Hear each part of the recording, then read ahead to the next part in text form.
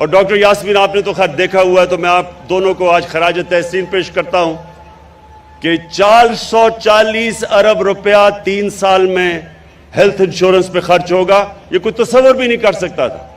لیکن یہ صرف ہیلتھ انشورنس نہیں ہے، یہ ایک ہیلتھ سسٹم ہے. اب پرائیویٹ سیکٹر آئے گا، ہاسپٹل بنائے گا. دیہات کے اندر چھوٹے قصبوں میں جدھر ہاسپٹل نہیں، صرف گورنمنٹ ہاسپٹل ہے، وہ ڈاکٹرز نہیں جاتے. ڈاکٹرز اس لیے نہیں جاتے کیونکہ چھوٹے غریب علاقوں کے اندر ڈاکٹرز نہیں جاتے، وہاں خالی پڑے ہوتے ہیں basic health unit. District hospitals میں ڈاکٹرز نہیں. اب پرائیویٹ سیکٹر آئے گا کیونکہ سب کے پاس ہیلتھ کارڈ ہوگا. غریب سے غریب بھی اپنا جا کے علاج کروا سکے گا. انشاءاللہ آپ دیکھیں گے پاکستان میں ہسپتالوں کا جال پھیل جائے گا. ہر جگہ غریب سے غریب علاقوں کے اوپر پرائیویٹ سیکٹر جا کے ہاسپٹلز بنائے گا. تو مجھے اس سے سب سے زیادہ آج خوشی ہے کہ انشاءاللہ مارچ تک سارے پنجاب کے خاندانوں کو ہیلتھ کارڈ مل جائے گا. آخر میں بات کرنا چاہتا ہوں مہنگائی کا.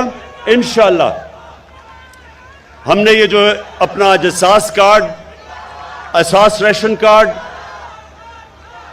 ابھی آپ سب کے سامنے 50% آدھی آبادی پاکستان کی جن کی آمدنی 50,000 روپے سے کم ہے ان کو احساس کارڈ ملے گا.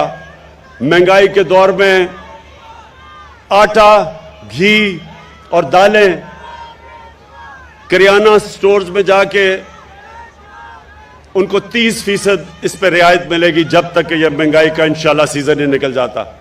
تو انشاءاللہ یہ جو ہمارا مشکل وقت ہے، ساری دنیا میں مہنگائی آئی ہوئی ہے، اس میں ہم پوری کوشش کر رہے ہیں کہ اپنے لوگوں کے لیے آسانیاں پیدا کریں.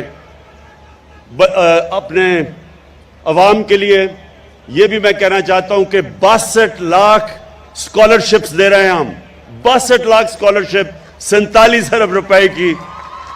پوری کوشش ہماری یہ ہے کہ غریب گھرانوں میں ڈیزرونگ سٹوڈنٹس کو ہم اسکالرشپس دیں اور اوپر آنے کا موقع دیں. میں آخر میں پھر سے پنجاب گورنمنٹ عثمان بزدار آپ کو خراج تحسین پیش کرتا ہوں. یہ ایک لینڈ مارک ہے، یہ ڈیفائننگ مومنٹ ہے پاکستان میں ہماری فلاحی ریاست کی طرف جو ہمارا توجہ اور راستہ ہے.